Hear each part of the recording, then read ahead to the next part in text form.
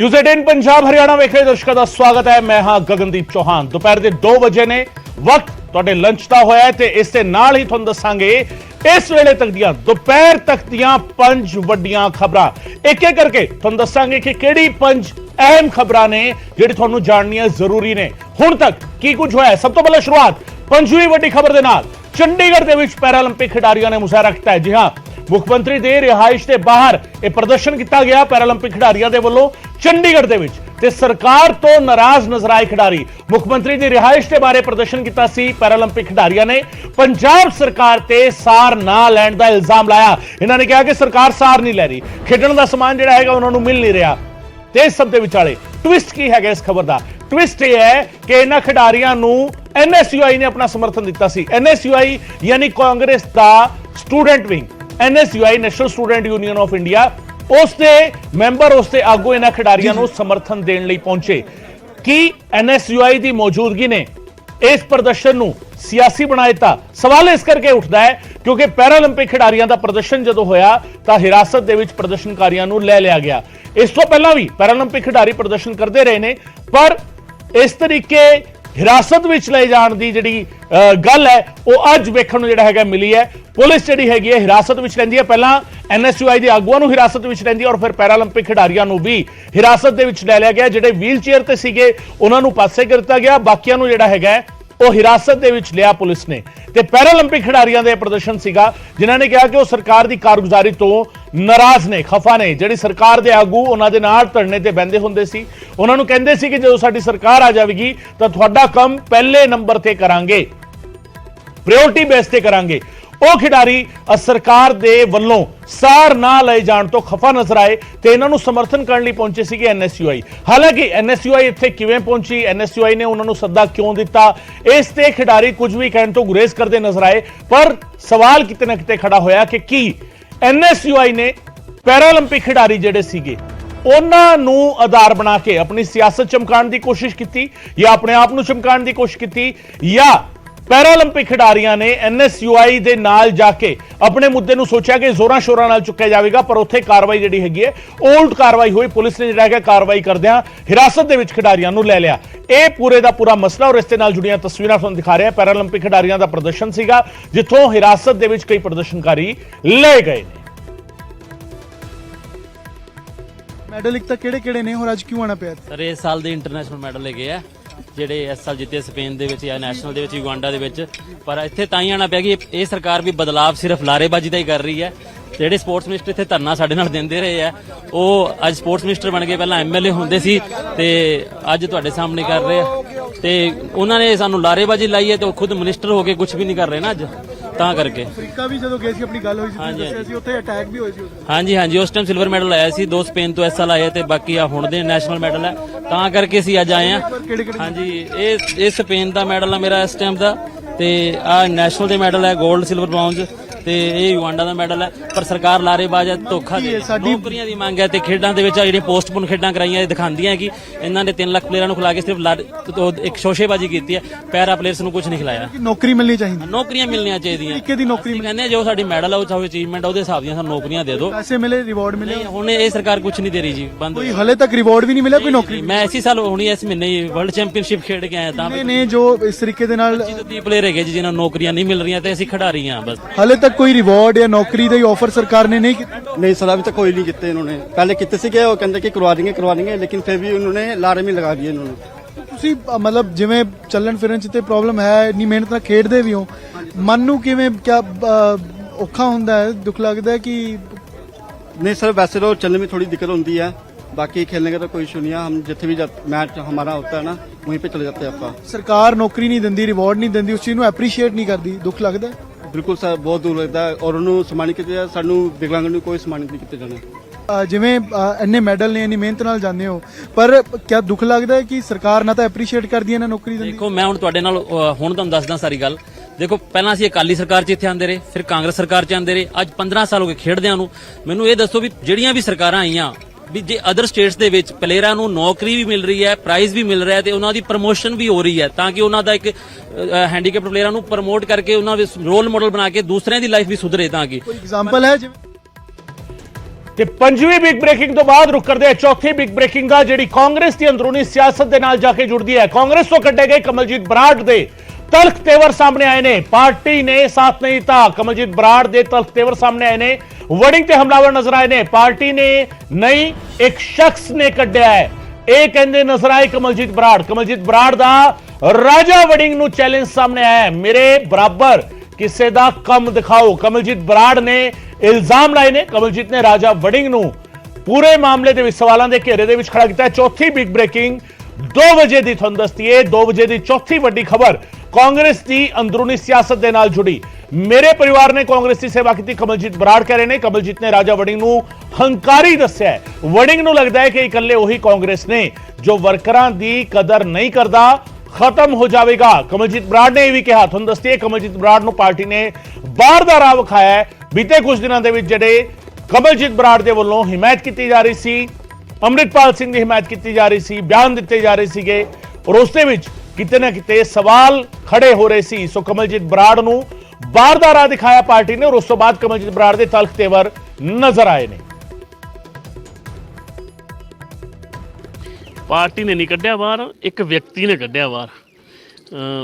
ਕਹਿਣਾ ਕੀ ਹੈ ਉਹਨੂੰ ਪੁੱਛੋ ਵੀ ਕਾਰਨ ਕੀ ਰਿਹਾ, ਕਿਉਂ ਕੱਢਿਆ ਭਾਈ, ਕੀ ਸੂਲਾਂ ਵਾਂਗੂ ਤੇਰੇ ਕਿਉਂ ਚੁਭਿਆ ਉਹ।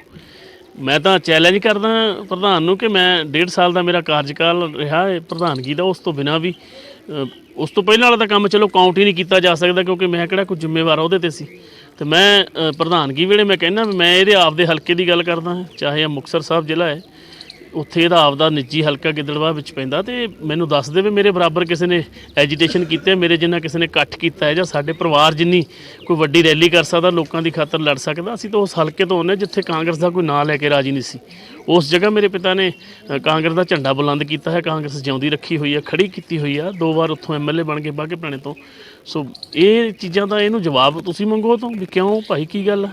ਬਰਾੜ ਸਾਹਿਬ, ਕਿਹੜੀਆਂ ਗਤੀਵਿਧੀਆਂ ਵਿਰੋਧੀ ਪਾਰਟੀ ਵਿਰੋਧੀ ਜਿਹੜੀਆਂ ਕੀਤੀਆਂ ਗਈਆਂ ਤੁਹਾਡੇ ਵੱਲੋਂ, ਜਿਹੜਾ ਪਾਰਟੀ ਨੇ ਬਾਹਰ ਦਾ ਰਸਤਾ ਵਿਖਾਇਆ, ਇਹੋ ਜਿਹੀਆਂ ਕਿਹੜੀਆਂ ਗਤੀਵਿਧੀਆਂ? ਪਾਰਟੀ ਨੇ ਬਾਹਰ ਦਾ ਰਸਤਾ ਨਹੀਂ ਵਿਖਾਇਆ, ਵਿਅਕਤੀ ਨੇ। ਚਲੋ, ਇੱਕ ਵਿਅਕਤੀ ਨੇ ਜਿਹੜਾ ਹੰਕਾਰਿਆ ਹੋਇਆ ਵਿਅਕਤੀ ਆ, ਜਿਹਦੇ ਦਿਮਾਗ ਨੂੰ ਹੰਕਾਰ ਚੜਿਆ ਹੋਇਆ ਕਿ ਮੈਂ ਹੀ ਕਾਂਗਰਸ ਹਾਂ ਤੇ ਮੈਂ ਹੀ ਇਕੱਲਾ ਖੇਡੂੰ ਕਾਂਗਰਸ 'ਚ, ਹੋਰ ਕੋਈ ਰਹੂਗਾ ਨਹੀਂ। ਇਹ ਉਹਦਾ ਕੰਮ ਆ, ਉਹਦਾ ਕੀਤਾ ਹੋਇਆ ਕਾਰਾ ਹੈ। ਸਿੱਧੇ ਤੌਰ ਤੇ ਕੌਣ ਉਹ ਰਾਜਾ ਵੜਿੰਗ ਆ, ਹੋਰ ਕੌਣ ਹੈ? ਤੁਹਾਨੂੰ ਨਹੀਂ ਪਤਾ ਕੌਣ ਹੈ?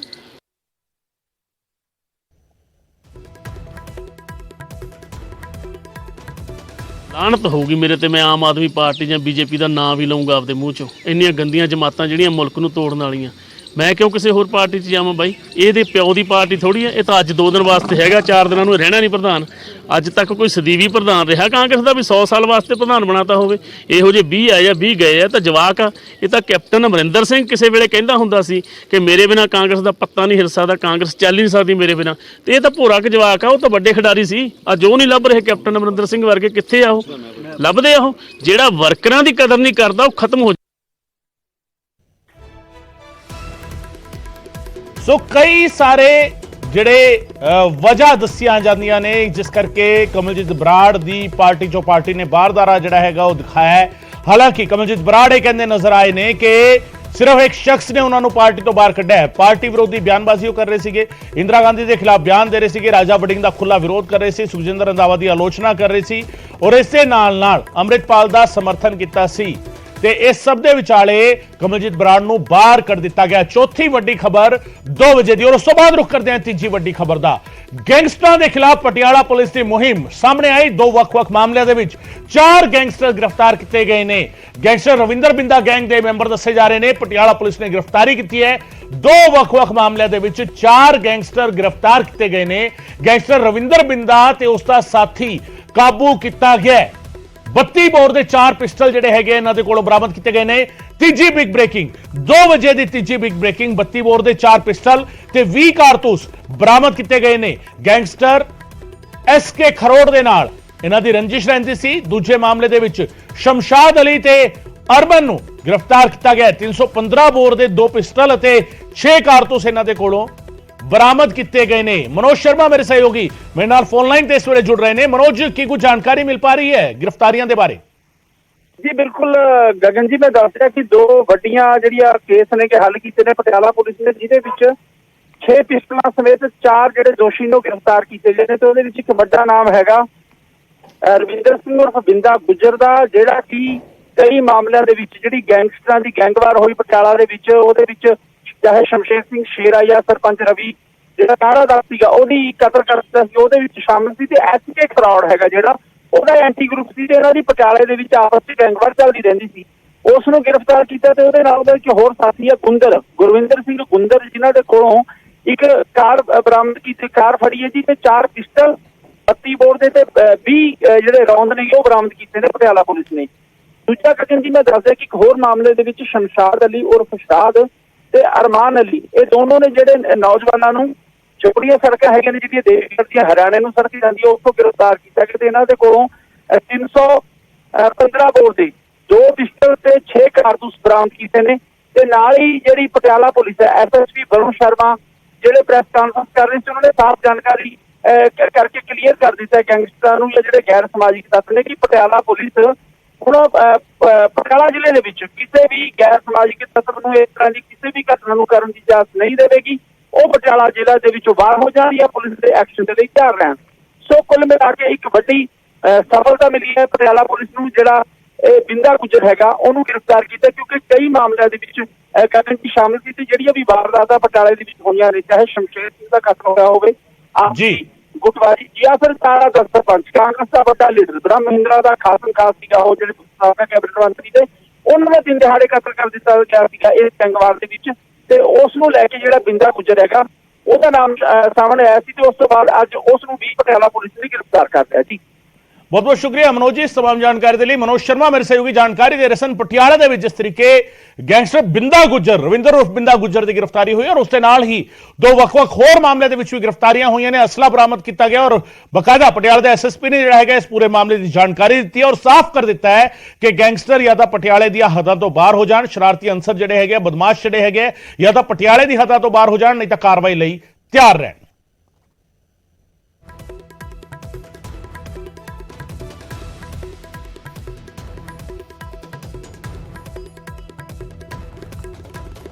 ਜਿਹੜੇ ਅਸੀਂ 2 ਦੋਸ਼ੀ ਅਰੈਸਟ ਕੀਤੇ ਉਹਨਾਂ ਚੋਂ ਇੱਕ ਬਿੰਦਾ ਗੁੱਜਰ ਹੈਗਾ ਹੈ ਤੇ ਇੱਕ ਗੁੰਦਰ ਹੈਗਾ ਹੈ। ਗੁੰਦਰ ਪਸਿਆਣੇ ਦਾ ਰਹਿਣ ਵਾਲਾ ਹੈ ਤੇ ਬਿੰਦਾ ਗੁੱਜਰ ਜੁਲਕਾਂ ਦੇ ਛਪੜਾਰ ਪਿੰਡ ਦਾ ਰਹਿਣ ਵਾਲਾ ਹੈ।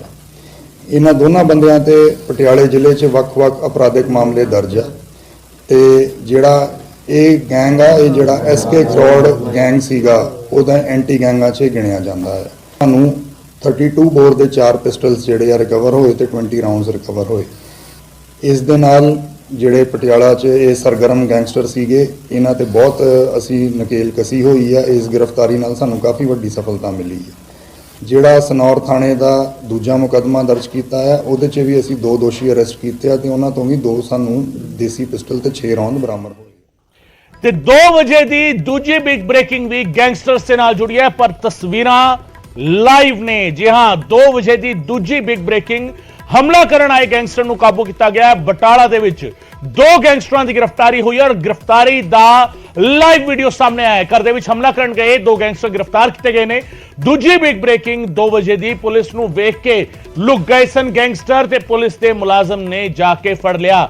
ਗੁਆਂਢੀ ਘਰ ਦੀ ਛੱਤ ਤੇ ਚੜੇ ਸਨ ਗੈਂਗਸਟਰ ਤੇ ਘਰ ਦੀ ਛੱਤ ਤੇ ਚੜ ਕੇ एक कमरे के पिछे एक दरवाजे के पिछे अपने आप को लुकाउण की कोशिश की सी पर पुलिस मुलाजम पूरी तैयारी के नाल पहुंचा सी। एक हत्थे विच पिस्टल सी, दूजे विच राइफल सीगी ते उस तो बाद उसने काबू कर लिया गैंगस्टर नूं जिहड़ा लुकण की कोशिश कर रहा सी। और तुहानूं दस दईए कि जिहड़ा फड़िया गया गैंगस्टर है वो तिहाड़ जेल तो छुट के आया सी। पिंड महमे चक दा मामला बटाला दे पिस्तौल सने कारतूस बरामद किए गए ने। हफ्ता पहला ही एक गैंगस्टर जिसका नाम सुखबीर दस्या जा रहा सी वो जमानत ते आया सी तिहाड़ जेल तो बाहर ते तिहाड़ जेल तो जमानत ते बाहर आए गैंगस्टर ने एक गोली गैंग दा मैंबर सीगा। दोवें गोली गैंग दे मैंबर ने ते गैंगस्टर गोली इस वेले अमृतसर जेल दे विच बंद है।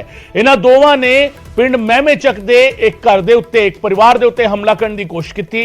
परिवार घर दे अंदर वड़ गया, उसने पुलिस नूं फोन किया और पुलिस ने आके कार्रवाई शुरू की और उस तो बाद इन्हां नूं गिरफ्तार कर लिया। इन्हां दा बाइक जिहड़ा सीगा इन्हां कोलों भी बरामद किया, इन्हां कोलों असला भी बरामद होया है और इन्हां दे बारे पुलिस ने बकायदा हुण जानकारी दी है। किस तरीके गिरफ्तार किया गया उसका लाइव वीडियो सामने आया जिहड़ा मोबाइल दे विच रिकॉर्ड किया गया वीडियो है। गुआंढियां ने रिकॉर्ड किया किस तरीके छत ते चढ़ गया सीगा गैंगस्टर और पुलिस मुलाजम उत्थे पहुंचदा है, उसनूं अरेस्ट करदा है, उसनूं जाके गिरफ्तार करदा है। हथियारां दे नाल लैस पुलिस मुलाजम ਪਹੁੰਚ ਗਿਆ ਸੀਗਾ ਘਰ ਦੀ ਛੱਤ ਦੇ ਉੱਤੇ ਜਿੱਥੇ ਲੁਕਿਆ ਹੋਇਆ ਸੀ ਗੈਂਗਸਟਰ। ਉੱਥੋਂ ਇਸ ਨੂੰ ਕਾਬੂ ਕਰ ਲਿਆ ਗਿਆ। ਰਾਜੇ ਕਾ ਕਾਬੂ ਕੀਤਾ ਮੈਂ ਚੱਕਾ ਕੀ ਕਰਦੇ ਸੀ ਤੁਸੀਂ? ਗੋਲੀਆਂ ਮਾਰਨ ਗਏ ਮੁੰਡੇ ਦੇ। ਕਿਹੜੇ ਹੋ? ਜਸ਼ਨ ਦੇ। ਕਿਉਂ ਮਾਰਨ ਗਏ ਸੀ? ਬਹਿਣ ਨੂੰ ਤੰਗ ਕਰਦਾ ਈ ਉਹ। ਪਹਿਲਾਂ ਕਿੰਨੇ ਕੇਸ ਦਰਜ ਤੁਹਾਡੇ ਤੇ ਕਿੱਥੇ ਕਿੱਥੇ ਸੀ? ਸੱਤ ਕੇਸ ਦਰਜ ਕਿੱਥੇ ਕਿੱਥੇ ਸੀ? ਡੇਰੇ ਹਾਂਜੀ ਤੇ ਦਿੱਲੀ। ਪਿੰਡ ਰਾਜੇ ਕੇ ਸੁਖਦੇਵ ਸਿੰਘ ਤੇ ਉਹਨਾਂ ਮਾਰਨ ਦੀ ਨੀਅਤ ਨਾਲ ਫਾਇਰ ਕਰਨ ਦੀ ਕੋਸ਼ਿਸ਼ ਕੀਤੀ, ਲੇਕਿਨ ਪਿਸਟਲ ਨਹੀਂ ਚੱਲਿਆ ਤੇ ਉਹਨਾਂ ਤੇ ਹਮਲਾ ਕੀਤਾ। ਹਮਲਾ ਕਰਨ ਤੋਂ ਬਾਅਦ ਇਹਨਾਂ ਪਿਸਟਲ ਨਾ ਚੱਲਣ ਕਰਕੇ ਦੌੜ ਕੇ ਬਲਜਿੰਦਰ ਸਿੰਘ ਦੇ ਘਰ ਵੜ ਗਏ ਆ, ਦਲੀਪ ਸਿੰਘ ਦੇ, ਬਲਵਿੰਦਰ ਸਿੰਘ ਸਾਨੂੰ ਦਲੀਪ ਸਿੰਘ ਦੇ। ਤੇ ਉਹ ਉਹਨੇ ਘਰ ਨਹੀਂ ਸੀਗੇ ਹੈਗੇ, ਘਰ ਉਹਨਾਂ ਦਾ ਖਾਲੀ ਸੀਗਾ, ਨਾ ਉਹਦੀ ਘਰ ਦੀ ਨਾ ਉਹ ਘਰ ਦੀ। ਉੱਥੇ ਉਹਨਾਂ ਨੂੰ ਕਾਬੂ ਕੀਤਾ ਤੇ ਇਹਨਾਂ ਕੋਲ ਇੱਕ ਪਿਸਟਲ ਤੇ 32 ਬੋਰ ਦਾ ਨਾਲ ਮੈਗਜ਼ੀਨ ਤੇ 6 ਰੌਂਦ ਜਿੰਦਾ ਬਰਾਮਦ ਕੀਤੇ, ਇੱਕ ਮੋਟਰਸਾਈਕਲ ਬਿਨਾਂ ਨੰਬਰੀ ਬਰਾਮਦ ਕੀਤਾ।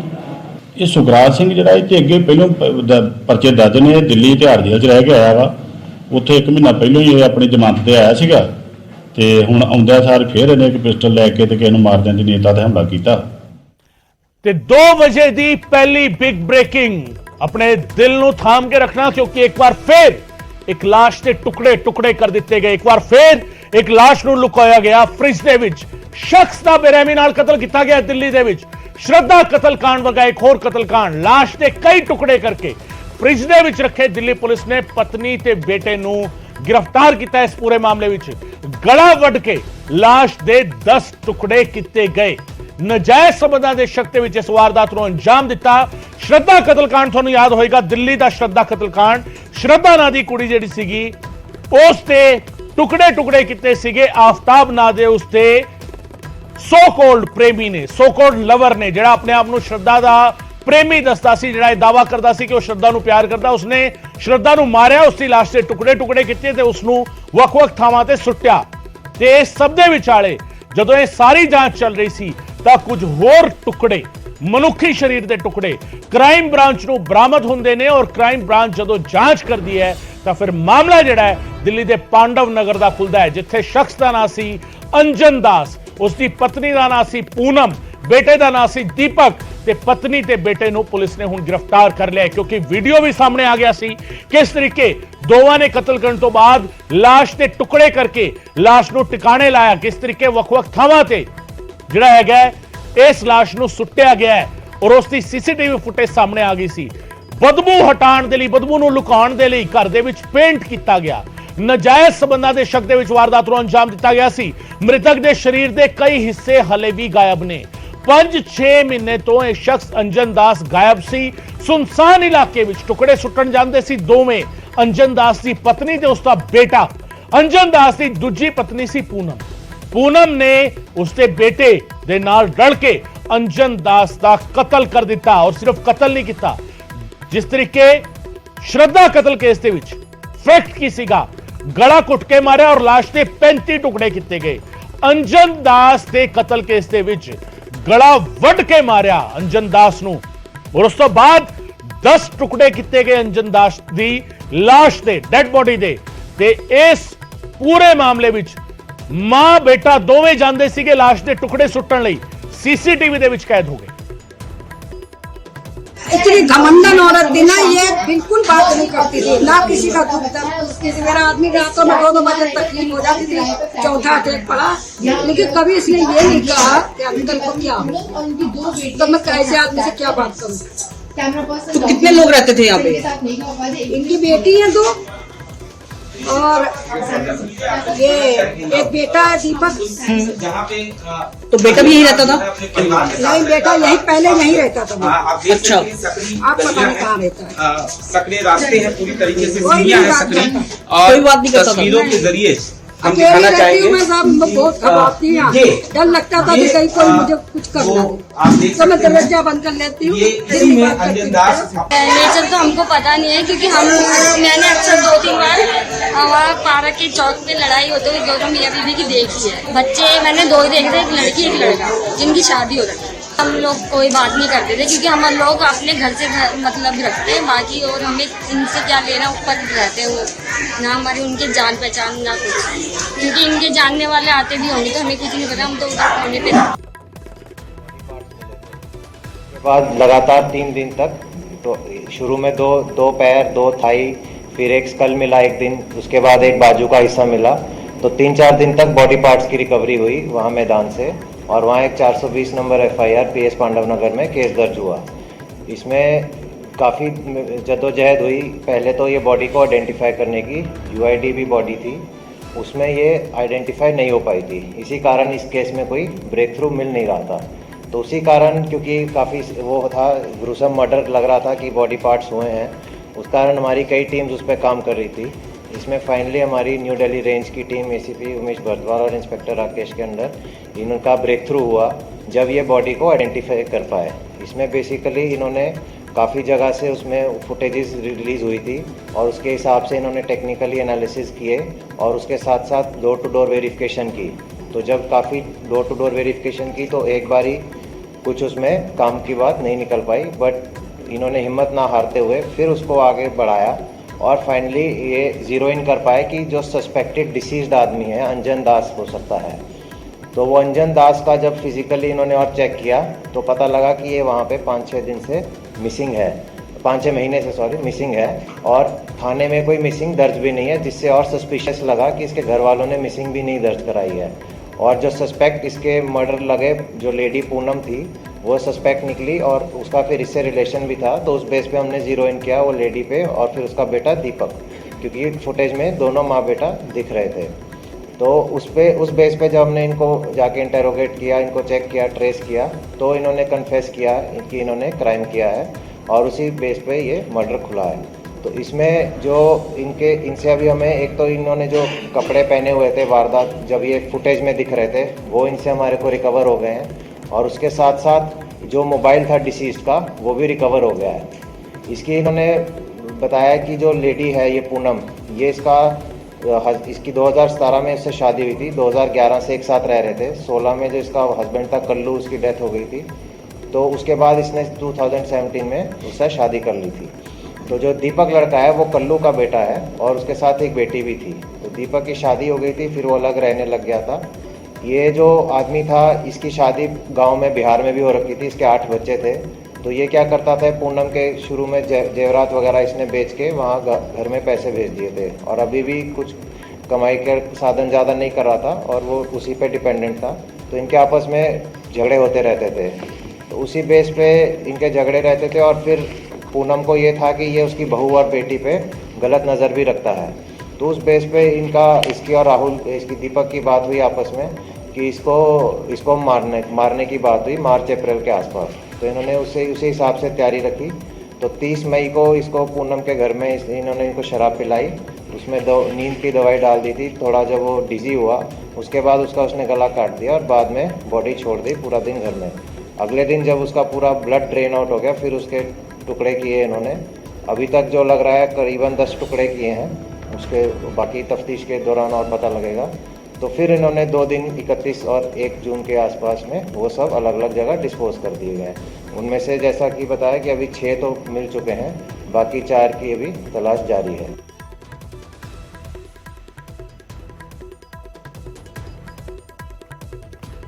सो किस तरीके इस पूरे कत्ल ਨੂੰ ਅੰਜਾਮ ਦਿੱਤਾ ਗਿਆ ਉਹ ਦੱਸਿਆ ਦਿੱਲੀ ਪੁਲਿਸ ਨੇ। ਕਿਸ ਤਰੀਕੇ ਨਸ਼ੇ ਦੇ ਵਿੱਚ, ਕਿਸ ਤਰੀਕੇ ਨਸ਼ਾ ਕਰਾ ਕੇ, ਸ਼ਰਾਬ ਪਿਲਾ ਕੇ ਅੰਜਨ ਦਾਸ ਨੂੰ ਕਤਲ ਕੀਤਾ ਗਿਆ, ਲਾਸ਼ ਦੇ ਟੁਕੜੇ ਕੀਤੇ ਗਏ, ਔਰ ਉਸ ਤੋਂ ਬਾਅਦ ਲਾਸ਼ ਜਿਹੜੀ ਹੈਗੀ ਹੈ ਉਸ ਨੂੰ ਡਿਸਪੋਜ਼ ਆਫ ਕਰਨ ਦੀ ਕੋਸ਼ਿਸ਼ ਹੋਈ।